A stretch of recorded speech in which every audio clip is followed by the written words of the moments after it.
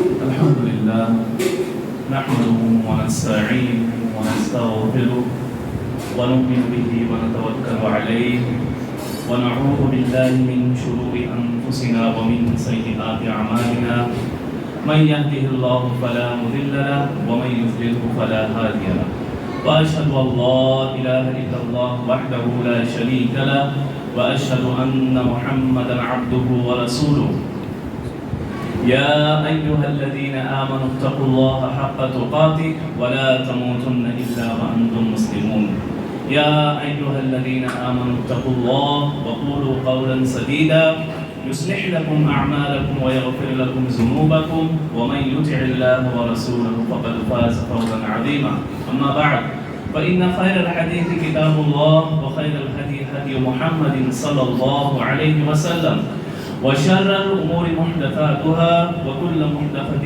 بدعة وكل بدعة ضلالة وكل ضلالة في النار. أعوذ بالله من الشيطان الرجيم. بسم الله الرحمن الرحيم. يا أيها الذين آمنوا اتقوا الله ولتنظر نفس ما قدمت لغد واتقوا الله إن الله خبير بما تعملون. وقال النبي صلى الله عليه وسلم أكثروا ذكر هازم اللذات الموت. محترم اور معزز دینی اور ملی بھائیوں، یونیک فاؤنڈیشن دارالسلام کے ذمہ داران اور پردہ نشین خواتین اسلام، ہم جیسے کہ اس بات سے بخوبی واقف ہے، اللہ تعالیٰ نے سورہ ذاریات میں فرمایا وَمَا خَلَقْتُ الْجِنَّ وَالْإِنسَ إِلَّا لِيَعْبُدُونَ کہ میں نے جنوں اور انسانوں کو محض اپنی عبادت کے لیے پیدا کیا.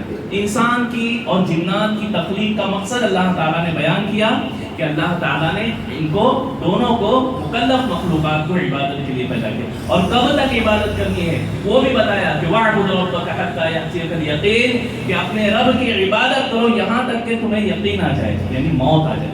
مرنے تک انسان کو اپنے رب کی عبادت میں اپنی زندگی گزارنی ہے. سامعین کرام، آج کی اس مختصر سے مجلس میں، دینی مجلس میں آپ کے سامنے چند نکات یا چند باتیں فکر آخرت کے سلسلے میں، یا دوسرے لفظوں میں کہے کہ ہم اپنے اندر آخرت کے فکر، مرنے کے بعد کی زندگی کی فکر کیسے پیدا کریں، وہ جذبہ کیسے پیدا کریں، وہ احساس ہمارے اندر کیسے جگائے.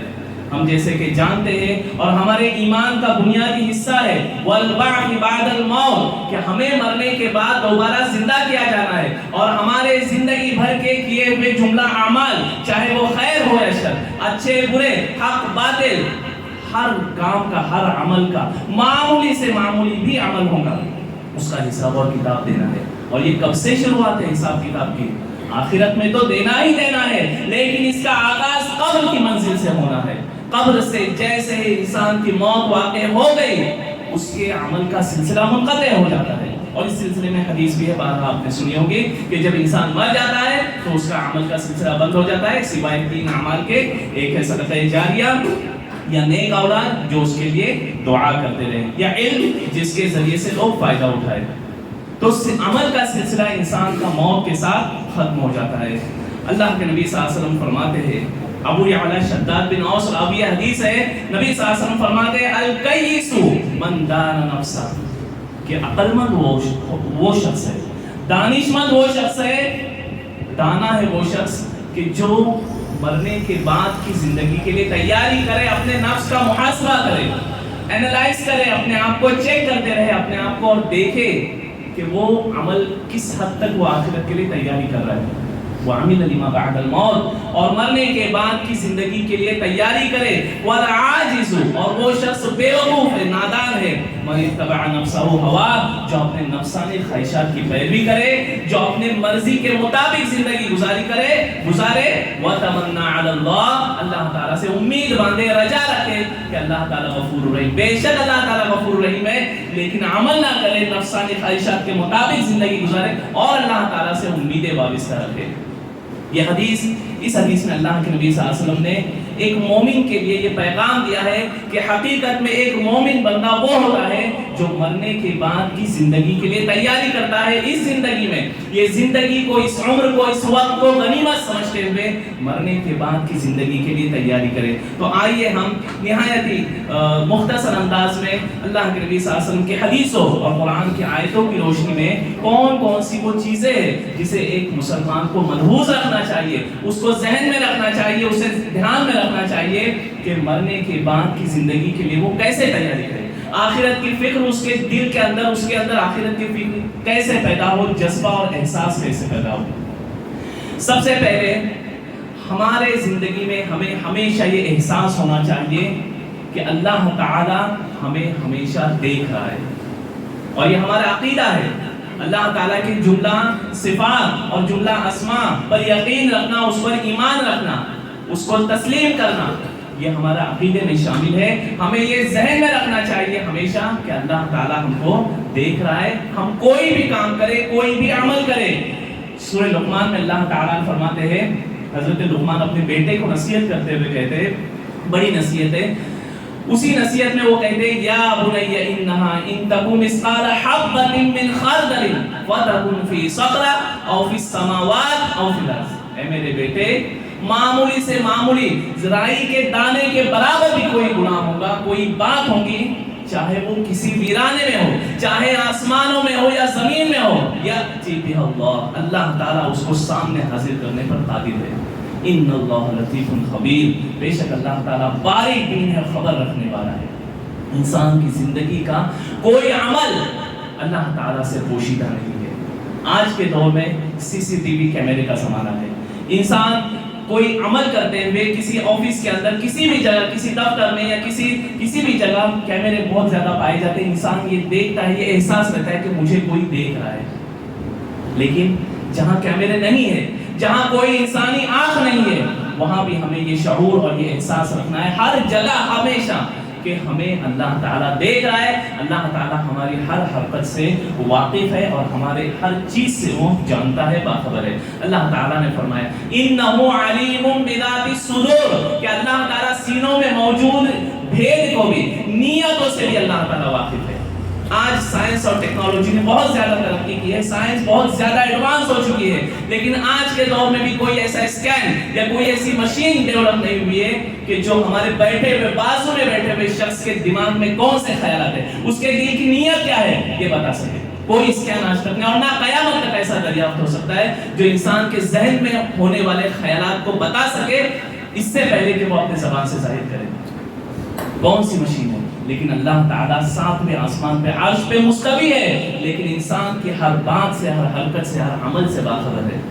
تو یہ احساس ہمارے اندر یہ ہونا چاہیے، اسی کا دوسرا نام تقویٰ ہے، اور یہ چیز آگے آ رہی ہے۔ دوسری چیز کہ جو ہمیشہ ہمیں ذہن میں رکھنا چاہیے، جسے سوچنا چاہیے اور جس سے آخرت کی فکر ہمارے اندر پیدا ہو سکتی ہے، وہ ہے ہمیں اپنے اندر تقویٰ اختیار کرنا چاہیے۔ ایک مثال دیتے ہیں، ہم رمضان المبارک میں ہم روزے سے ہیں، ہم روزے کی حالت میں، ایک مسلمان بندہ روزے کی حالت میں ہے، ابھی افطار کا وقت نہیں ہوا ہے، اس کے سامنے ٹھنڈا پانی رکھا ہوا ہے، شربت اور جوس رکھے ہوئے، فروٹ رکھے ہوئے، ابھی افطاری کا وقت نہیں ہوا ہے، اس کے سامنے یہ مشروب اور یہ معقولات رکھے ہوئے، دنیا کا کوئی انسان اسے نہیں دیکھ رہا ہے، نہ اس کے اس سر پہ کوئی کیمرہ لگا ہوا ہے۔ کون سی چیز اسے اس کھانے کو، اس پانی کو یا اس شربت کو، ٹھنڈے پانی کو پینے سے روک رہی ہے؟ کون سا جذبہ ہے وہ؟ یہی ہے ڈر کہ اللہ تعالیٰ مجھے دیکھ رہا ہے، اللہ تعالیٰ کا حکم ہے کہ صبح صادق سے لے کر غروب آفتاب تک مجھے ہر مباح چیز سے، ہر جائز چیز سے بچنا ہے اور ہر کھانے پینے کی چیز سے دور رہنا ہے۔ اسی کا نام روزہ ہے۔ اسی لیے اللہ تعالیٰ نے کیا فرمایا روزے کی آیت میں، یا ایھا الذین آمنوا کتب علیکم الصیام کما کتب علی الذین من قبلکم لعلکم تتقون، تاکہ تمہارے اندر تقویٰ پیدا ہو جائے۔ اور یہ تقویٰ صرف 30 دنوں کے لیے مطلوب نہیں ہے، یہ صرف روزے کی حالت میں مطلوب نہیں ہے، بلکہ 30 دنوں کے علاوہ 11 مہینوں میں بھی مطلوب ہے۔ لیکن افسوس اس بات کا ہوتا ہے کہ رمضان المبارک میں ہماری مسجدیں بھر جاتی ہیں، لوگ قرآن کی تلاوت کا باقاعدہ اہتمام کرتے ہیں، کئی قرآن ختم کرتے ہیں، آخری عشرے میں کئی قرآن ختم کرتے ہیں اور ریکارڈ قائم کرتے ہیں، لیکن افسوس اس بات پر ہوتا ہے کہ اس مہینے کے گزر جانے کے بعد ان کا رویہ، مسجد کی حالتیں، قرآن کی تلاوت، ذکر و اذکار کا اہتمام، سب کچھ غائب ہو جاتا ہے۔ ہم اپنے آپ سے سوچیں کہ کیا ہم صرف رمضان المبارک میں ہی اس رب کی عبادت کرتے ہیں؟ کیا وہ رب صرف رمضان المبارک کی عبادت کے لیے ہے؟ نہیں، ہمیں حکم دیا گیا ہے کہ ہم مرتے دم تک اللہ تعالیٰ کی عبادت کریں۔ تو ضروری ہے ایک مسلمان کے لیے کہ جتنا عبادتوں کا اہتمام ہم رمضان میں کرتے ہیں، غیر رمضان میں بھی ہم اتنا اہتمام کریں۔ بہرحال تو تقویٰ یعنی اللہ کا ڈر، اللہ کا خوف، اللہ کی خشیت، یہ ہمیشہ ایک مسلمان کو اپنے دل میں، اپنے دماغ میں بٹھائے رکھنا چاہیے۔ اللہ تعالیٰ نے کئی جگہ پہ تقویٰ کا باقاعدہ ایک موضوع ہے، اس کے فوائد، اس کے ثمرات اور اس کے سلسلے میں کئی آیتیں قرآن کریم میں اللہ تعالیٰ نے بیان فرمائی ہے۔ فرمایا من یتق اللہ یجعل لہ مخرجا، جو اللہ کا ڈر اختیار کرے، اللہ کا تقویٰ رکھے، اللہ تعالیٰ اسے مصیبت سے نکلنے کے لیے راستہ مہیا کرتا ہے۔ وَيَرْزُقْهُ مِنْ حَيْثُ لَا يَحْتَسِبُ، اور ایسی جگہ سے اسے رزق مہیا کرتا ہے، رزق عطا کرتا ہے جہاں سے اسے گمان بھی نہیں ہوتا، اسے شان و گمان بھی نہیں ہوتا کہ مجھے یہاں سے بھی میرا یہ سورس آف انکم ہو سکتا ہے، وہاں سے بھی اللہ تعالیٰ اس کے لیے رزق کے راستے ہموار کرتا ہے۔ لیکن ایک ضرورت اس بات کی ہے کہ ہم حقیقی معنوں میں اللہ تعالیٰ کا تقویٰ اختیار کریں۔ اللہ تعالیٰ نے فرمایا ان اکرمکم عند اللہ اتقاکم، کوئی کتنا ہی مالدار کیوں نہ ہو، کوئی کتنے ہی بڑا عہدے کا، کتنے ہی بڑی پوسٹ پہ، کتنے ہی بڑے منصب کا حامل کیوں نہ شخص ہو، اللہ تعالیٰ کے نزدیک کون مکرم ہے؟ ان اکرمکم عند اللہ اتقاکم، جو تم میں سب سے زیادہ متقی ہے وہ اللہ تعالیٰ کے نزدیک معزز ہے، مکرم ہے۔ تو تقویٰ یہ معیار ہے، ہمیں حقیقی معنوں میں اللہ کا ڈر اپنے اندر پیدا کرنا چاہیے۔ یہ تقویٰ ہے جو انسان کو عمل صالح میں آگے لے آتا ہے، اعمال صالحہ میں، ذکر و اذکار میں، تلاوت قرآن میں، نماز میں، روزے میں، جو احکام اور فرامین میں اس میں، اور منہیات سے، برائیوں سے، گناہوں سے اسے روکتا ہے، کیونکہ اس کے اندر یہ ڈر ہوتا ہے کہ میں جو کچھ عمل کر رہا ہوں فرشتے یہاں لکھ رہے، اللہ تعالیٰ مجھے دیکھ رہا ہے، اللہ تعالیٰ میری نیتوں سے واقف ہے، لہٰذا وہ شخص گناہ کے اور برائیوں کے قریب نہیں جاتا۔ اور اگر بحیثیت بشر اس سے کوئی غلطی ہو جائے تو فوراً وہ توبہ کر لیتا ہے، استغفار کرتا ہے۔ یہ ایک مومن کی علامت اور پہچان ہونی چاہیے۔ تو یہ ہے دوسری چیز جو آخرت کی یاد اور آخرت کی فکر کے سلسلے میں انسان کو اپنے اندر رکھنی چاہیے کہ ہمیشہ اپنے اندر تقویٰ پیدا کرنا چاہیے۔ تیسری چیز ہے موت کو کثرت سے یاد کریں۔ اکثر ذکر حاصل اللذات الموت، اللہ کے نبی صلی اللہ علیہ وسلم فرمایا کہ لذتوں کو کاٹنے والی، خواہشات کو توڑنے والی، تمناؤں کو ختم کرنے والی چیز کو زیادہ سے زیادہ یاد کرو۔ وہ کیا ہے؟ وہ موت ہے، ڈیتھ ہے۔ ہر انسان کو کل نفس ذائقۃ الموت، ہم بارہا سنتے ہیں، پڑھتے ہیں، دیکھتے ہیں، ہمارے سامنے چھوٹے بچے مرتے ہیں، نوجوان ایکسیڈنٹ میں مر جاتے ہیں، بوڑھے مر جاتے ہیں بیماریوں سے، ہمارے سامنے مرتے ہیں۔ کیا ہم اس سے عبرت حاصل کرتے ہیں؟ کیا اس سے ہم نصیحت پکڑتے ہیں؟ اللہ کے نبی صلی اللہ علیہ وسلم فرماتے ہیں نصیحت کے لیے تو موت ہی کافی ہے۔ انسان، ہم جنازوں میں شریک ہوتے ہیں، ہم اپنے کندھوں پر اپنے بھائیوں کا جنازہ اٹھاتے ہیں، ان کی تدفین اور تکفین میں شریک ہوتے ہیں، لیکن کیا اس سے کبھی نصیحت اور واعظ حاصل کرتے ہیں؟ افسوس ہوتا ہے بعض اوقات ہم قبرستان کی زیارت کریں، ہم جنازے میں شریک ہو، اس جنازے میں لوگ کھڑے ہیں، دیکھ رہے ہیں کہ میت کو دفنایا جا رہا ہے، اور وہاں عبرت اور نصیحت حاصل کرنے کے بجائے، وہاں دعائیں استغفار کرنے کے بجائے لوگ مذاق اور ہنسی میں اس وقت کو ڈالتے ہیں۔ افسوس ہوتا ہے، بعض ہم نے دیکھا ہوگا اپنے آنکھوں سے، لوگ ہنسی مذاق کرتے ہیں، مذاق اڑاتے ہیں، مسخرہ کرتے ہیں، غیبتیں کرتے ہیں۔ کیا ہے یہ؟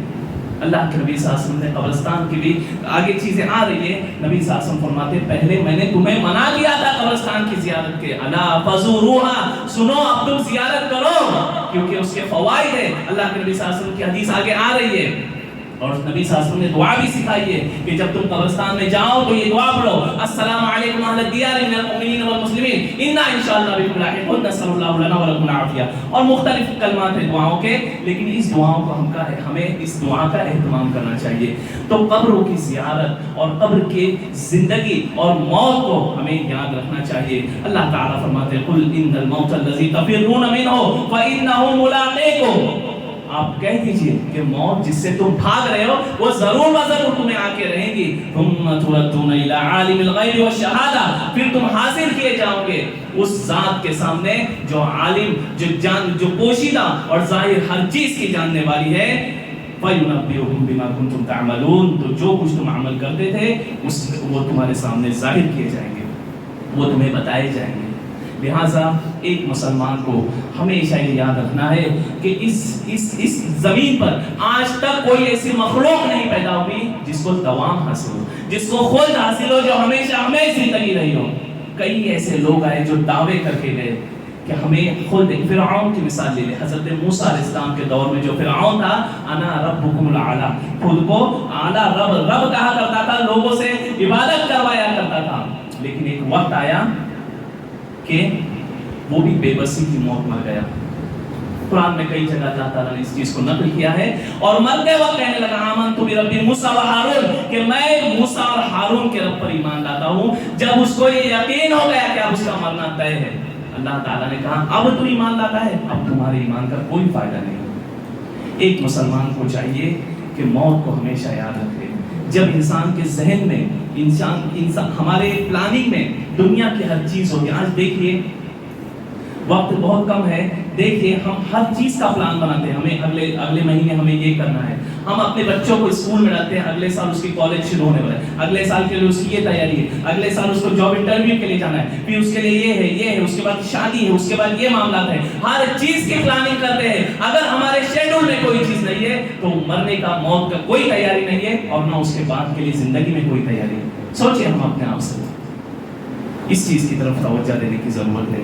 اسی طریقے سے چوتھی چیز کہ قبروں کی زیارت کریں، قبرستان جائے۔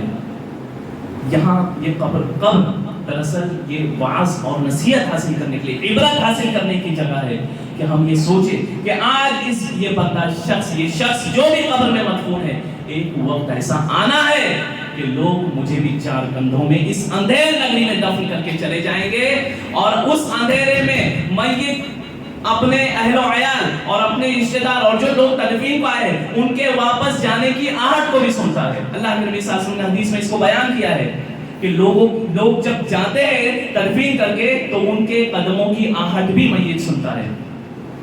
تو کیا ہے وہ حالت؟ اس اکیلے، اس اندھیرے کی نگری میں، اس اندھیرے میں مٹی مٹی تلے لوگ دفنا کر چلے جاتے ہیں۔ ہم دیکھیں، سوچیں تھوڑی دیر کے لیے اپنے دنیا کے تمام مصروفیات، تمام معمولات سے ہٹ کر سوچیں سنجیدگی سے، سیریسلی، کہ کیا حالت ہوتی ہوگی اس میت کی جب لوگ اس کو دفنا کر اس کے لیے دعا استغفار کر کے چلے جاتے ہیں اپنے گھروں کو، سامان وغیرہ لے کر۔ اب اس کے ساتھ کیا بچا؟ آگے یہ چیز آئیں گی، کیا بچا اس کے ساتھ اس کے زندگی بھر کے عمل، جو بھی اس نے کیا، خیر یا شر، جو بھی اس نے عمل کیا، وہی اعمال کی بنیاد پر اس کا فیصلہ کیا جانا ہے، اس کی آخرت کی منزل طے ہونی ہے۔ اب جو کیا وہ اس کو ہی، اگر اس نے خیر کیا تو اس کا بدلہ اس کی ذات کو فائدہ ہوگا، اور اگر اس نے شر کیا، گنہگار رہا، کافر رہا، مشرک رہا، تو اس کا بھی بدلہ اس کی ذات کو ہی ہونا ہے، اس کا نقصان اسی کو بھگتنا ہے۔ سوچئے تھوڑی دیر کے لیے، تو قبروں کی زیارت کریں۔ اللہ کے نبی صلی اللہ علیہ وسلم کی حدیث ہے، صحیح مسلم کی روایت ہے، حضرت زید بن ثابت فرماتے ہیں کہ اللہ کے نبی صلی اللہ علیہ وسلم بنو نجار کے باغ کی طرف جا رہے تھے، فرمایا ان هذه الامه تبلا فی قبورها، یقیناً اس امت کو قبر کے ذریعے آزمایا جائے گا، فلولا ان لا تدافنوا، تو مجھے یہ خدشہ نہیں ہوتا کہ تم اپنے مردوں کو دفنانا چھوڑ دو گے، تو میں اللہ تعالیٰ سے دعا کرتا کہ جو عذاب قبر ہو رہا ہے وہ تمہیں سنا دے، لیکن خدشہ ہے، ڈر ہے کہ تم مردوں کو دفنانا چھوڑ دو گے۔ عذاب قبر برحق ہے۔ کئی حدیثیں اس سلسلے میں اللہ کے نبی صلی اللہ علیہ وسلم کی وارد ہوئی ہے۔ اسی طریقے سے ایک حدیث ہے طبرانی کی، ان الموتى ليعذبون في قبورهم حتى ان البهائم لتسمع اصواتهم، یقیناً مردے کو قبر میں عذاب دیا جاتا ہے، یہاں تک کہ چوپائے بھی اس کو سنتے ہیں۔ انسان کی سننے کی صلاحیت اتنی نہیں ہے کہ اس آواز کو سن سکے، لیکن قبر کا عذاب یہ برحق ہے۔ اور کئی حدیث اس سلسلے میں ہے، اللہ کے نبی صلی اللہ علیہ وسلم کی ایک حدیث بھی وارد ہے، نبی صلی اللہ علیہ وسلم گزر رہے تھے، فرمایا ان دو قبر والوں کو عذاب ہو رہا ہے، اور ان کو کوئی بڑی چیز کی وجہ سے عذاب نہیں ہو رہا ہے، یعنی اگر وہ چاہتے تو ان دو گناہوں کو چھوڑ سکتے تھے۔ کون سے دو گناہ؟ ان میں سے ایک تھا جو چغلی کیا کرتا تھا، اور دوسرا تھا جو پیشاب کے چھینٹوں سے نہیں بچتا، یعنی نجاست سے بچتا نہیں تھا، طہارت نہیں حاصل کرتا۔ کتنے معمولی سی بات تھی، لیکن اس بات پر انہیں قبر میں عذاب ہو رہا تھا۔ تو عذاب قبر یہ برحق ہے۔ حضرت عثمان غنی رضی اللہ عنہ کہتے ہیں کہ ان القبر اول منازل الاخرہ، کہ بے شک قبر یہ آخرت کی پہلی منزل ہے. جو شخص یہاں سے نجات پا گیا وہ اس کے لیے اگلے جو مراحل آنے ہیں اس کے لیے اس میں سہولت ہوگی، اس کے لیے وہ آسان ہوں گے. لیکن جو شخص یہاں پھنس گیا، جس کے لیے قبر کا مرحلہ مشکل ہو گیا، اس کے اگلے مراحل اور زیادہ مشکل ہوں گے اور زیادہ پریشان کن ہوں گے. قبر کے سلسلے میں ایک مسلمان کو سوچنا چاہیے. ہم سوچیں کئی بار ایسے مواقع آتے ہیں، ہم میت کی خبر سنتے ہیں مسجد کے میناروں سے، ہم میت کی خبر سنتے ہیں اپنے دوست احباب سے، ہم جنازے میں شرکت کرنے جاتے ہیں. اللہ کے نبی صلی اللہ علیہ وسلم نے شرکت کی فضیلت بھی بیان کی ہے کہ اگر آپ تدفین رکو گے آپ کو 2 قرات ثواب ملے گا. ہم جنازے میں شرکت کرتے ہیں، ہم تدفین تک رکتے ہیں، ہم اس کے لیے دعا کرتے ہیں. لیکن سوچئے وہاں لمحے کے لیے رک کر کیا ہم حقیقت میں یہ بھی سوچتے ہیں کہ کل پہ ہم کو بھی اس مٹی کے نیچے دفنایا جائے گا، اور اس قبر کے لیے ہم نے کیا تیاری کی ہے، ہم نے کون سا عمل کیا ہے کہ جو ہمیں اس قبر کی زندگی میں کام آ سکتا ہے. سوچیں ہم عبرت کی جگہ، عبرت کا سامان ہے. موت کے لیے ہم نے کیا تیاری کی، کون جانتا ہے کس کی موت کا وقت کب ہے. لہٰذا ایک مسلمان کو چاہیے، دانش مندی کا تقاضا یہ ہے، عقل مندی کا تقاضا یہ ہے کہ ہم ہمیشہ موت کے لیے تیار رہے، ہم ہمیشہ عمل صالح پر کاربند رہے، اپنے اندر اللہ تعالیٰ کا تقوی اختیار کیے رکھے اور توبہ استغفار کو لازم کر دے. اللہ تعالیٰ توبہ استغفار کو بہت زیادہ پسند کرتا ہے. ایک روایت ہے اللہ کے نبی صلی اللہ علیہ وسلم کی کہ توبہ استغفار جو بندہ توبہ کرتا ہے، اللہ کی طرف رجوع کرتا ہے، روتا ہے، گر گراتا ہے، اپنے گناہوں کی بخشش مانگتا ہے، اللہ تعالیٰ اس بندے سے کتنا خوش ہوتا ہے. فرمایا ایک مسافر ہے جو جا رہا ہے ریگستان میں، تھوڑی دیر کے لیے وہ لیٹ جاتا ہے، ایک سواری ہے، اونٹ ہے جس پر اس کا پورا کھانے پینے کا سامان لگا ہوا ہے. جب وہ لیٹتا ہے، جب اس کی آنکھ کھول کے دیکھتا ہے اپنی سواری غائب ہے، جس پر اس کے کھانے پینے کا سامان ہے، جس پر اس کی پوری زندگی منحصر ہے، وہ سامان غائب ہے. بہت زیادہ پریشان ہو جاتا ہے، بہت زیادہ مایوس ہو جاتا ہے. اسی حال میں پھر اسی آنکھ لگتی ہے، وہ تھوڑی دیر سوتا ہے. جب وہ دوبارہ اٹھتا ہے تو دیکھتا ہے وہ سواری جو کچھ دیر پہلے غائب تھی سامان کے ساتھ، اب وہ دوبارہ اپنے سامنے پاتا ہے.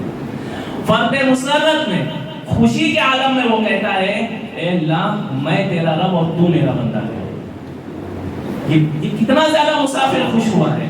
آپ سوچئے اللہ کے نبی صلی اللہ علیہ وسلم فرماتے ہیں اللہ تعالیٰ اس مسافر سے کئی زیادہ گنا خوش ہوتا ہے جب کوئی بندہ توبہ استغفار کرتا ہے.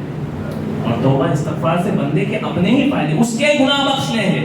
ہم اگر توبہ کریں گے ہمارے ہی گناہ معاف ہوں گے، اللہ تعالیٰ کا تقرب حاصل ہوگا، اللہ تعالیٰ کی رضامندی حاصل ہوگی، اللہ تعالیٰ کی خوشنودی حاصل ہوگی. یہ ایک الگ ہے. اور ہمارے گناہ معاف ہوں گے، یہ ایک الگ ہے. لہٰذا توبہ استغفار کرنے میں ایک مسلمان کو جلدی کرنی چاہیے. بہت ساری حدیث اللہ کے نبی صلی اللہ علیہ وسلم فرمایا 2 وقت سے پہلے توبہ استغفار کر لو، 2 وقت کے آنے سے پہلے استغفار کر لو، اپنے گناہوں سے توبہ کر لو. توبۃ النصوح، خالص توبہ کرو. کون سے 2 وقت؟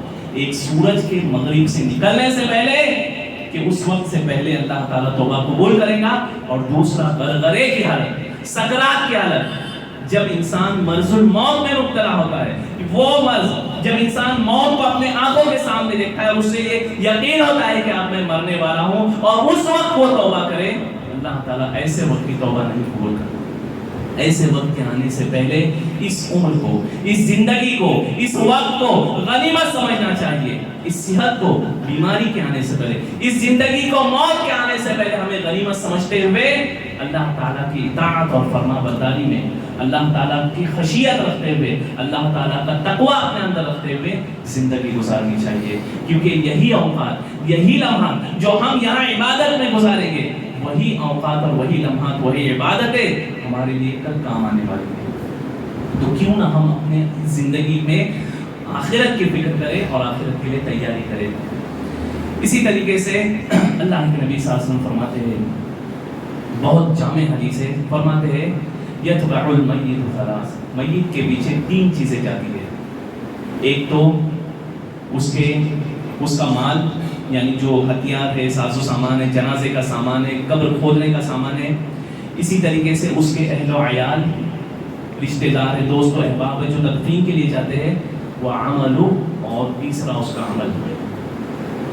اللہ کے نبی صلی اللہ علیہ وسلم فرماتے ہیں فَيَرْجِعُ اثْنَانِ وَيَبْقَى وَاحِدٌ، دو چیزیں واپس آ جاتی ہے، ایک چیز اس میت کے ساتھ باقی رہتی ہے. فرماتے یرجع اہلہ و مالہ، اہل و عیال اور جو مال اسباب سامان گیا ہے وہ واپس آتا ہے. ویبقى عملہ، اور اس کا عمل اس کے ساتھ قبر میں باقی رہتا ہے. اور اسی عمل کی بنیاد پر اس کو آگے سوال اور جواب دینا ہے. مرنے کے بعد کا ہر مرحلہ اسے اس عمل کی بنیاد پہ طے کرنا ہے. اب وہ سوچے، اب ہم سوچے کہ ہم نے اس وقت کے لیے، جب یہ وقت ہم پر آنا ہے، اس وقت کے لیے ہم نے کیا تیاری کی؟ کیا حقیقت میں ہم سنجیدہ ہے؟ ہم سوچے ہم کو کہیں جانا ہے گھومنے کے لیے، یا کسی سفر پہ، تجارتی سفر پہ، تعلیمی، سیاسی، کسی بھی سفر پہ جانا ہے، کتنی مدت کے لیے ہمیں جانا ہے، ہم اس اعتبار سے تیاری کرتے ہیں، کپڑے سیٹ کرتے ہیں، ہر چیز جو لازمی ہے، ضروری ہے، جو کام آنے والی ہے سفر میں، ہم اختیار کرتے ہیں، ہم بیگ پیک کرتے ہیں. ہم سوچے ہم ایک ایسے سفر پہ جانے والے ہیں جس کا کوئی انت نہیں ہے، جہاں لازوال زندگی ہے، جو ہمیشہ ہمیشہ رہنے والی زندگی ہے، اور جہاں سے واپس لوٹ کر بھی نہیں آنا ہے. تو کیا تیاری ہم نے کی ہے اس کے لیے؟ ہم اپنے ہر شخص اپنے گریبان میں چاہتے ہیں کہ اس وقت کے لیے، قبر کی زندگی کے لیے، قبر کے آگے کے مرحلے کے لیے، محشر کی زندگی کے لیے ہم نے کیا تیاری کی ہے. وہاں ہمارے عمل ہی ہمارے کام آنے والے ہیں. لہٰذا ایک مسلمان کو اس کی طرف خصوصی توجہ دینا ہے. اسی طریقے سے ایک اور اہم ترین چیز کہ دنیا کی حقیقت سے ایک مسلمان کو واقف ہونا چاہیے، دنیا کے دھوکے میں نہیں پڑنا چاہیے. آج فکر آخرت میں سب سے بڑی رکاوٹ یہ دنیا کی محبت ہے. دنیا کی زندگی میں بہت زیادہ انوالو ہونا ہے، اپنے آپ کو دنیا کی زندگی میں ہی مصروف رہنا ہے، آخرت سے، اللہ اس کے رسول کے ذکر سے غافل ہونا ہے. اور یہ سب سے بڑی رکاوٹ دنیا ہے. ایک مومن ہمیشہ دنیا کو اپنے سامنے رکھتا ہے تو اس کی حقیقت بھی اس کے سامنے رہتی ہے کہ میں دنیا میں اتنا ہی رہنا ہے مجھے جتنا کہ میرا مقدر ہے، اور دنیا کی حقیقت ہمارے سامنے رہے. آئیے چند حدیثوں کی تناظر میں ہم دیکھیں اللہ کے نبی صلی اللہ علیہ وسلم نے کیسی مثالیں بیان کی کہ جو کافر، ایک مسلمان تو پھر بھی دنیا کو اپنا ابدی مقام نہیں مانتا، لیکن افسوس اس بات کا ہے کہ آج مسلمانوں کی سوچ یہ ہوئی ہے کہ آخرت سے مرنے کے بعد کی زندگی کی اسے کوئی پرواہ نہیں ہے، وہ دنیا کی زندگی کو ہی سب کچھ سمجھ بیٹھا ہے. ہم دیکھیں دنیا کے سلسلے میں اللہ کے نبی صلی اللہ علیہ وسلم کیا فرماتے ہیں. صحیح ترمذی کی روایت ہے، فرماتے ہیں لو كانت الدنيا تعدل عند الله جناح بعوضة ما سقى كافر منها شربة من ماء. اس دنیا میں جہاں ہم زندگی گزارتے ہیں، اگر اس دنیا کی اہمیت، اس کی وقار، اس کی قیمت اللہ تعالیٰ کے نزدیک ایک مچھر کے پر کے برابر بھی ہوتی تو اللہ تعالیٰ کسی کافر کو یہاں پانی کا گھونٹ بھی نصیب نہیں کرتا. اللہ تعالیٰ کے نزدیک اس دنیا کی کوئی حیثیت نہیں ہے. اللہ کے نبی صلی اللہ علیہ وسلم کی ایک اور صحیح حدیث ہے الدنیا ملعون وملعون ما فیہا، کہ دنیا ملعون ہے، اس پر لعنت کی گئی ہے، اور جو کچھ دنیا میں سب پر لعنت کی گئی ہے سوائے اللہ کے ذکر کے اور طالب علم کے، طالب علم کا علم دین کے حاصل کرنے والے کے لیے کے، اور جو اس سے مشتقات چیزیں، جو طلب علم سے اور جو اللہ کے ذکر سے مشتق چیزیں ہیں، ان کے علاوہ دنیا کی کوئی حیثیت اور کوئی وقعت اللہ تعالیٰ کے نزدیک نہیں ہے. آئیے ایک حدیث کے سلسلے میں دیکھیں اللہ کے نبی صلی اللہ علیہ وسلم نے کتنی جامع مثال بیان فرمائی ہے. یہ دنیا جس کے لیے ہم سب کچھ کرتے ہیں، انسان اپنا ایمان تک بیچ دیتا ہے. آج کے دور میں دیکھیں ایسے کئی مسلمان ہم کو ملیں گے جو اپنے ایمان کا سودا کر لیتے ہیں دنیا کی چند ٹکوں کے لیے، چند سکوں کے لیے، تھوڑے سے آرام اور عیش کے لیے، تھوڑی سی عشرت کے لیے. اس دنیا کی مثال دیکھیے اللہ کے نبی صلی اللہ علیہ وسلم فرماتے ہیں یؤتی یوم القیامت بانعم اہل الدنیا من الکفار. کافروں میں سے ایک شخص قیامت کے دن لایا جائے گا جو دنیا میں سب سے زیادہ عیش پرست تھا، سب سے زیادہ عیاشی کرتا تھا، جس کو کوئی مصیبت، کوئی تکلیف، کوئی بیماری، کوئی پریشانی نہیں تھی، بہت زیادہ عیش میں، بہت زیادہ راحت میں، لگزریس لائف اس نے جیا. فیقال، اسے کہا جائے گا، اللہ کے نبی صلی اللہ علیہ وسلم الگ الگ الفاظ حدیثوں میں ایک مسور فی النار غمسا، اسے جہنم میں ایک غوطہ لگایا جائے. دنیا میں بہت زیادہ عیش کیا، اسے کبھی تکلیف نہیں، کبھی کوئی مصیبت نہیں آئی، اس کے اوپر کوئی بیماری نہیں آئی، اور پوری زندگی اس نے ایک بہت جیسے بادشاہ کی زندگی گزاری اس نے. اللہ تعالیٰ کہیں گے فرشتوں سے جسے جہنم میں صرف ایک غوطہ دیا جائے گا، اسے غوطہ دیا جائے گا، پھر اس سے پوچھا جائے گا ثم یقال له اے فلان هل اصابك نعیم قط، کیا تجھے کبھی آرام اور عیش اور راحت ملے؟ اللہ کے نبی صلی اللہ علیہ وسلم کہتے ہیں وہ اللہ کی قسم کھا کر کہے گا کہ اللہ تعالیٰ میں قسم کھاتا ہوں مجھے کبھی کوئی عیش، کوئی آرام، کوئی عیش و عشرت کی زندگی میں نے کبھی گزاری ہی نہیں۔ 80 70 100 سال جتنی بھی زندگی اس نے عیش کی گزاری، جہنم کی ایک ڈبکی سے، ایک گوتے سے وہ سب کچھ وائپ آؤٹ ہو جائے گا، سب کچھ فراموش کر دے گا۔ آگے اللہ کے نبی صلی اللہ علیہ وسلم کہتے ہیں وَيُؤْتِي بِأَشَدِّ الْمُؤْمِنِينَ ذَرًّا، ایک مومن کو لایا جائے گا جس کی پوری زندگی تکلیفوں میں، مصیبتوں میں، بیماریوں میں، پریشانیوں میں گزری، کبھی راحت اور سکون اسے نصیب نہیں ہوا، ہمیشہ بلا، ابتلا اور آزمائش میں رہا۔ پھر کہا جائے گا، اللہ تعالیٰ فرشتوں سے کہیں گے کہ ایک مسلوہ غوثۃ فی الجنہ، اسے جنت کی ایک سیر کرائی جائے، جنت کا ایک وزٹ کرائی جائے، جنت کا ایک غوطہ لگایا جائے۔ اللہ کے نبی صلی اللہ علیہ وسلم فرماتے ہیں کہ اسے جنت میں ایک غوطہ لگایا جائے گا، پھر اس سے پوچھا جائے گا اس مومن سے، اے فلان هل اصابك ضر قط، اے فلان مومن شخص کیا تجھے کبھی تکلیف یا مصیبت، کوئی بیماری آئے؟ وہ کہے گا اللہ کی قسم مجھے کبھی کوئی بیماری تکلیف آئی ہی نہیں، میں نے کبھی کسی تکلیف کو، مصیبت کو، آزمائش کو سہا ہی نہیں۔ سوچئے کیا اہمیت اور حیثیت رہ گئی اس دنیا کی زندگی کی۔ چند سیکنڈوں میں پوری زندگی کی تکلیف ختم، اور پوری زندگی کا عیش و عشرت جہنم کے ایک غوطے سے ختم، غائب۔ یہ ہے دنیا کی زندگی۔ اس زندگی میں ایک مسلمان کو زیادہ مشغول، زیادہ مصروف اور بہت زیادہ منہمک نہیں ہونا چاہیے، اتنا ہی دنیا میں حصہ لینا چاہیے جتنا کہ ضرورت ہے اور جتنا کہ ضروری ہے۔ اللہ کے نبی صلی اللہ علیہ وسلم، اللہ تعالیٰ نے قرآن کریم میں فرمایا کأنہم یوم یرونہا لم یلبثوا الا عشیۃ او ضحاہا، جب قیامت کے دن ان کو حاضر کیا جائے گا تو وہ جب اپنے سامنے قیامت کے ہولناک مناظر دیکھیں گے تو کہیں گے کہ ہم صبح کا کچھ وقفہ یا شام کا کچھ حصہ ہی دنیا میں رہے۔ دنیا کی زندگی، پوری عمر، پورا وقت، جتنی بھی زندگی دنیا میں گزارے، کوئی اہمیت اس کی نہیں رہ جائیں گی۔ آج اس زندگی کے پیچھے مسلمان بھاگ رہے، اسی زندگی کو حاصل کرنے کے لیے، اسی زندگی کو پانے، دنیا کی زندگی میں ہی منہمک ہے۔ ہم جائیں شہروں میں، ہم الحمدللہ ہمیں اللہ کا شکر ادا کرنا چاہیے کہ ہم اپنے طور پر عبادات کو پابندی کے ساتھ انجام دینے کی کوشش کرتے ہیں۔ ہم جائیں شہروں میں، بڑے بڑے شہروں میں، کیسے وقت نکلتا ہے کچھ بھی پتہ نہیں چلتا۔ ہم دیکھیں ایک مسلمان ہے جو اپنے کوئی دکاندار ہے یا کوئی بھی شخص ہے، نماز اذان ہو گئی، نماز ہو گئی، پھر اذان ہو گئی، نماز ہو گئی، پھر اذان ہو گئی، نماز ہو گئی، اس پر کوئی فرق نہیں پڑتا، اس کے سر پہ جو تک نہیں رہتی۔ دنیا کمانے اور پیسہ کمانے کے سلسلے میں آج لوگ اتنے زیادہ مصروف ہیں کہ نماز جیسے فریضے کوئی ادائیگی کے لیے ان کے پاس وقت نہیں ہے۔ باقی حقوق اور باقی معاملات تو چھوڑ ہی دیجیے۔ تو ایک مسلمان کو دنیا کی زندگی میں دھوکے میں مبتلا نہیں ہونا چاہیے۔ اللہ تعالیٰ فرماتے بل تؤثرون الحیات الدنیا والآخرۃ خیر وابقیٰ، تم دنیا کی زندگی کو ترجیح دیتے ہو جبکہ حقیقت میں آخرت یہ بہتر ہے اور باقی رہنے والی ہے۔ آخرت کے لیے ایک مسلمان کو کوشش کرنا چاہیے۔ دنیا کی زندگی یہ دارالامتحان ہے۔ اللہ تعالیٰ نے یہ موت اور زندگی پیدا کی ہے، یہ آزمائش کے لیے پیدا کی ہے تاکہ ہم آزمائیں کہ کون اچھے عمل کرتا ہے۔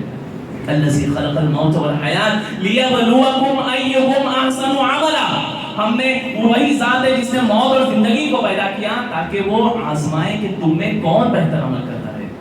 یہ آزمائش ہے۔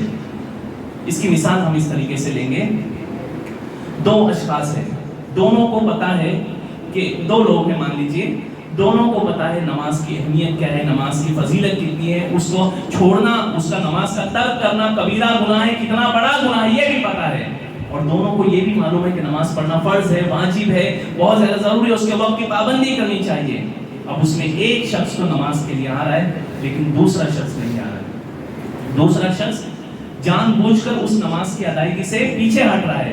اب سوچئے اللہ تعالیٰ نے یہ جو شریعت کا نظام بنائے، مخلوقات کو، خاص طور سے انسان کو اللہ تعالیٰ نے سوچنے سمجھنے کی صلاحیت دی ہے۔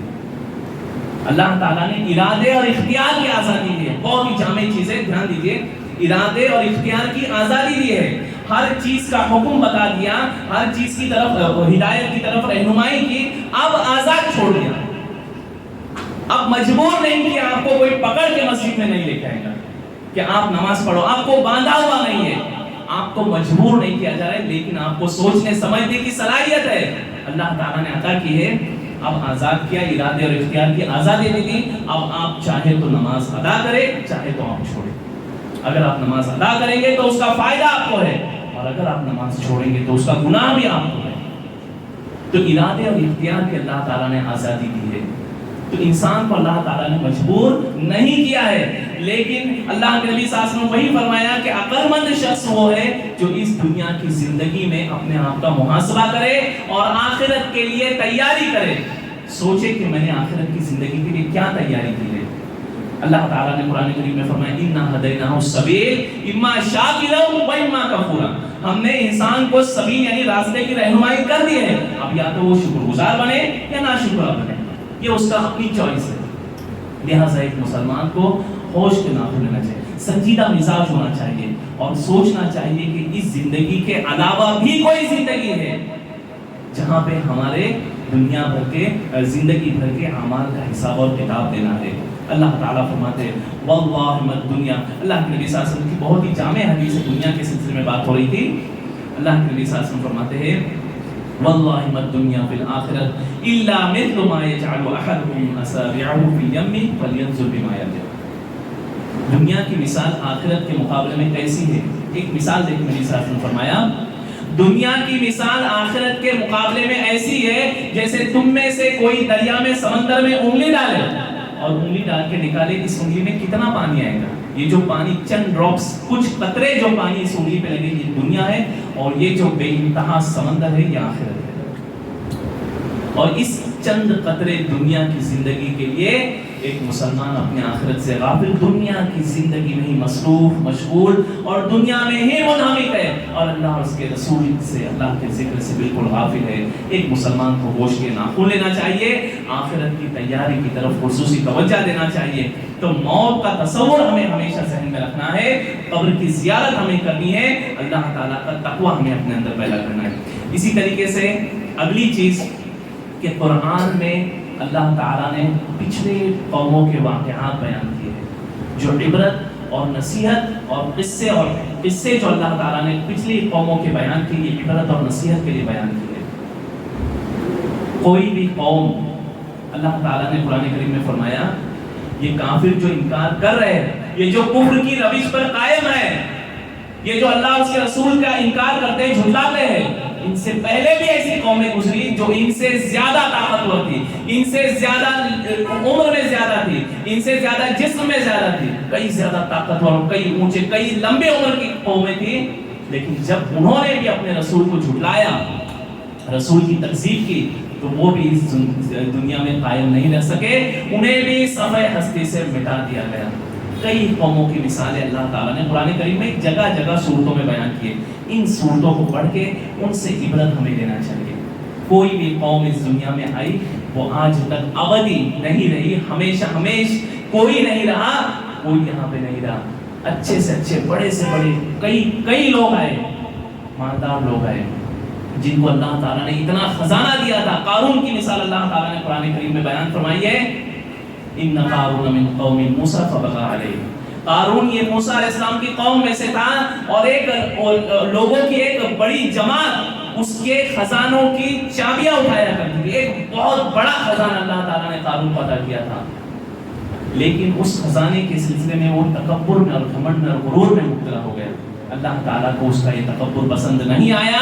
اللہ تعالیٰ نے اس کو اس کے محل سمیت زمین میں دفن کر دیا. یہ مال, کتنا زیادہ مال اللہ نے اسے عطا کیا تھا, وہ مال ذرہ برابر بھی اس کے کام نہیں آیا. لہٰذا ایک مسلمان کو چاہیے کہ آخرت کی زندگی کے لیے تیاری کرے, فکر کرے, سوچے اور یہ جذبہ رکھے. قرآن کریم میں مختلف واقعات اللہ تعالیٰ نے بیان کیے ہیں, ان کو سوچے. اللہ تعالیٰ نے فرمایا یوم ینظر المرء ما قدمت یداہ ویقول الکافر یا لیتنی کنت ترابا. اس وقت کی حالت, روز محشر کی حالت کو بیان کرتے ہوئے فرمایا کہ اس دن کافر جو کچھ زندگی میں اس نے کیا اپنے سامنے دیکھے گا اور کہے گا یا لیتنی کنت ترابا, کاش کہ میں مٹی ہوتا, یعنی میں مٹی میں مل گیا ہوتا, گھر گیا ہوتا, میرا حساب اور کتاب نہ ہوتا. وہ اس وقت حسرت کرے گا، ندامت کرے گا، افسوس کرے گا، لیکن اس وقت حسرت کرنے کا کوئی بھی فائدہ نہیں ہوگا۔ اللہ تعالیٰ نے ایک جگہ فرمایا یا ایھا الناس اتقوا ربکم، محشر کی ہولناکی بیان کرتے ہوئے، قیامت کے ہولناکی اور خطرناکی کو بیان کرتے ہوئے فرمایا ہم سوچیں ہم نے اس دن کے لیے کیا تیاری کی ہے۔ یا ایھا الناس اتقوا ربکم، اے لوگو اللہ تعالیٰ سے ڈرو، ان زلزلۃ الساعۃ شیء عظیم، یقیناً قیامت کا زلزلہ یہ بہت بڑی چیز ہے۔ وضاحت آگے کرتے ہوئے فرمایا یوم ترونھا تذہل کل مرضعۃ عما ارضعت، اس دن دیکھو گے تو کہ دودھ پلانے والی عورتیں اپنے بچے کو بھول جائیں گے، اسی طریقے سے حمل والیوں کے حمل ساقط ہو جائیں گے۔ وَتَرَى النَّاسَ سُكَارَىٰ، اور تم دیکھو گے کہ لوگ مدہوش ہیں، وَمَا هُمْ بِسُكَارَىٰ، وہ لوگ مدہوش نہیں ہوں گے، وَلَٰكِنَّ عَذَابَ اللَّهِ شَدِيدٌ، اللہ تعالیٰ کا عذاب ہی اتنا سخت ہوگا کہ لوگوں کے ہوش اوسان خطا ہوں گے۔ ایسے وقت میں کوئی نفسا نفسی کا عالم ہوگا، کوئی کسی کے کام نہیں آئے گا۔ اس چیز کو بھی اللہ تعالیٰ نے کئی جگہ پہ واضح کیا ہے کہ ایک شخص اپنے بھائی سے، اپنے ماں باپ سے، اپنے رشتہ داروں سے جو دنیا میں اس کے گھر میں رہتے تھے، اس کے کام آتے تھے، ان سے بھاگے گا۔ وہ نفسا نفسی کا عالم ہوگا، ہر کسی کو اپنی نفس کی پڑی ہوگی۔ ایسے وقت کے لیے ہم نے کیا تیار کیا ہے؟ ایسے وقت کے آنے کے لیے، ایسا وقت تو آنا ہے، ہم نے اس وقت کے لیے تیاری کیا کی ہے؟ سوچیں ہم اپنے گریبان میں جھانکے۔ اسی طریقے سے کافر اس دن کہیں گے حسرت کرتے ہوئے، اس چیز کو بھی ذہن میں رکھے، کوئی بھی معمولی سے معمولی چیز جو انسان اپنے زبان سے ادا کرتا ہے یا کوئی حرکت کرتا ہے، کسی سے کچھ بھی مخفی نہیں ہے۔ اللہ تعالیٰ نے فرمایا یا ویلتا ما لہذا الکتاب لا یغادر صغیرۃ ولا کبیرۃ الا احصاها۔ اللہ تعالیٰ فرماتے ہیں کافر کہے گا اس کتاب کو کیا ہو گیا ہے، اس نے کوئی چھوٹی سے چھوٹی چیز یا بڑی سے بڑی چیز نہیں چھوڑی، یعنی ہر چیز اس کے اندر ریکارڈ ہے، رجسٹرڈ ہے، کوئی چیز اس کے اندر سے مخفی نہیں ہے۔ ہمارا ہر عمل، ہمارا ہر قول لکھا جا رہا ہے، ریکارڈ کیا جا رہا ہے۔ لہٰذا ایک مسلمان کو آگے اللہ تعالیٰ نے فرمایا وَوَجَدُوا مَا عَمِلُوا حَاضِرًا وَلَا يَظْلِمُ رَبُّكَ أَحَدًا، اور جو کچھ عمل اس نے کیا ہوگا اپنے سامنے پائے گا، اور تمہارا رب کسی پر ظلم نہیں کرتا۔ لہٰذا ایک مسلمان کو چاہیے کہ آخرت کے لیے تیاری کرے۔ ایک آخری چیز کہ ہمیشہ یہ احساس رہے کہ مرنے تک ہم کو اللہ کی عبادت انجام دینی ہے۔ وَاعْبُدْ رَبَّكَ حَتَّىٰ يَأْتِيَكَ الْيَقِينُ، کہ اللہ کی اپنے رب کی عبادت کرو یہاں تک کہ تمہیں یقین آ جائے۔ تو یہ چند چیزیں تھیں کہ آخرت کی فکر اپنے اندر پیدا کرنے کے لیے کون کون سی چیزوں کا ہونا ضروری ہے ایک مسلمان کے اندر، اور وہ جامع حدیث ہمیشہ اپنے اندر اپنے سامنے رکھے۔ اللہ کے نبی صلی اللہ علیہ وسلم فرماتے ہیں الکیس من دان نفسہ، حقیقت میں عقل مند وہ ہے جو اپنا محاسبہ کرے، اپنے نفس کو چیک کرے، اپنے آپ کا جائزہ لے کہ ہم نے کتنا خیر کیا اور کتنا شر کیا۔ ہر روز جائزہ لے، ہر گھنٹے جائزہ لے، ہر روز رات میں سونے سے پہلے اپنے آپ کا جائزہ لے کہ آج میں نے کتنا بھلا کیا، کتنا اچھا کیا، کتنا برا کیا۔ تو اس جائزہ لیتے رہے وَعَمِلَ لِمَا بَعْدَ الْمَوْتِ، اور یہ بھی سوچے کہ مرنے کے بعد کی زندگی کے لیے کیا تیاری ہے۔ یہی حقیقت میں کئی سے عقل مند ہے اور مومن میں وہ شخص۔ اسی طریقے سے ایک آخری چیز اللہ کے نبی صلی اللہ علیہ وسلم کی حدیثوں کے سامنے یہ بھی یاد رکھیں، یہ تو چیزیں ضروری ہے ہی، لیکن ایک مسلمان کو جس طریقے سے عبادات میں پابند ہونا چاہیے، احکام اور فرامین کی پابندی کرنی چاہیے، اتنا ہی زیادہ معاملات پہ دھیان دینا چاہیے۔ حقوق اور معاملات بہت زیادہ سنجیدہ چیز ہے یہ۔ آج ہم دیکھیں الحمدللہ، ہم اللہ کا شکر ادا کریں، اللہ تعالیٰ نے ہمیں عقیدے توحید پہ رکھا ہے، لیکن اس عقیدے کے ساتھ ساتھ حقوق اور معاملات کی ادائیگی انتہائی ضروری ہے، کیونکہ یہ عمل بھی ہمیں کام نہیں ہے کہ اگر ہم نے کسی کو دھوکہ دیا، ہم نے کسی کے ساتھ فراڈ کیا، ہم نے کسی پر ظلم کیا، کسی کی زمین غصب کی، کسی پر ظلم کیا، کسی مارا، حق والے کا حق ادا کرنا انتہائی ضروری ہے۔ صحابہ کرام نے پوچھا، اللہ کے نبی صلی اللہ علیہ وسلم نے ایک مرتبہ فرمایا کہ وہاں حق والوں کا حق ادا کرنا انتہائی ضروری ہوگا۔ فرمایا کیا ایک مسواک کی لکڑی کے برابر بھی اگر کسی کے اوپر حق ہوگا تو وہ بھی؟ فرمایا وہ بھی۔ معمولی سے معمولی حق بھی اگر آپ کے اوپر کسی کا واقع ہوگا تو اس کا بھی حساب اور کتاب دینا ہے۔ ایک طویل حدیث ہے اس سلسلے میں جس کا خلاصہ یہ ہے، اللہ کے نبی صلی اللہ علیہ وسلم فرماتے ہیں ایک شخص آئے گا قیامت کے دن، اس کے پاس نمازیں ہوں گی، روزے ہوں گے، زکوٰۃ یعنی عبادتوں کا انبار ہوگا، عمل صالح بہت زیادہ ہوں گے، لیکن معاملہ کیا ہوگا کہ کسی کو مارا ہوگا، کسی کے ساتھ دھوکہ کیا ہوگا، کسی کی غیبت کی ہوں گی، لوگوں پر ظلم کیا ہوگا، یعنی حقوق اور معاملات میں کوتاہی کی ہوں گی۔ اللہ کے نبی صلی اللہ علیہ وسلم فرماتے ہیں کہ جس کا حق مارا ہوگا اس کی نیکیاں، جس کا حق مارا ہے، جو مظلوم ہے، جس پر اس نے ظلم کیا ہے، اس کی نیکیاں اٹھا کر مظلوم کو دے دی جائیں گی، اور اگر نیکیاں ختم ہو گئی، اب کچھ نہیں بچا، تو وہ جو مظلوم ہے، جس کا حق مارا ہے، اس کے گناہ اٹھا کر اس کے سر لاد دیے جائیں گے۔ اب اس کے پاس کون سا عمل بچا کہ جس کے تحت یہ جسے جنت میں داخل کیا جائے؟ لہٰذا ایک مسلمان کو عبادات کے ساتھ معاملات پر خصوصی توجہ دینے کی ضرورت ہے۔ آخر میں اللہ تعالیٰ سے دعا ہے کہ اللہ تعالیٰ ہمیں جو کچھ ہم نے سنا اس کو سننے کے ساتھ ساتھ سمجھنے اور اس پر عمل کرنے کی توفیق دے۔ آمین۔ ہمیں جب تک زندہ رکھے، اسلام پر رکھے، اور ہمارا خاتمہ ایمان کی حالت پر ہو۔ وآخر دعوانا ان الحمد للہ رب العالمین۔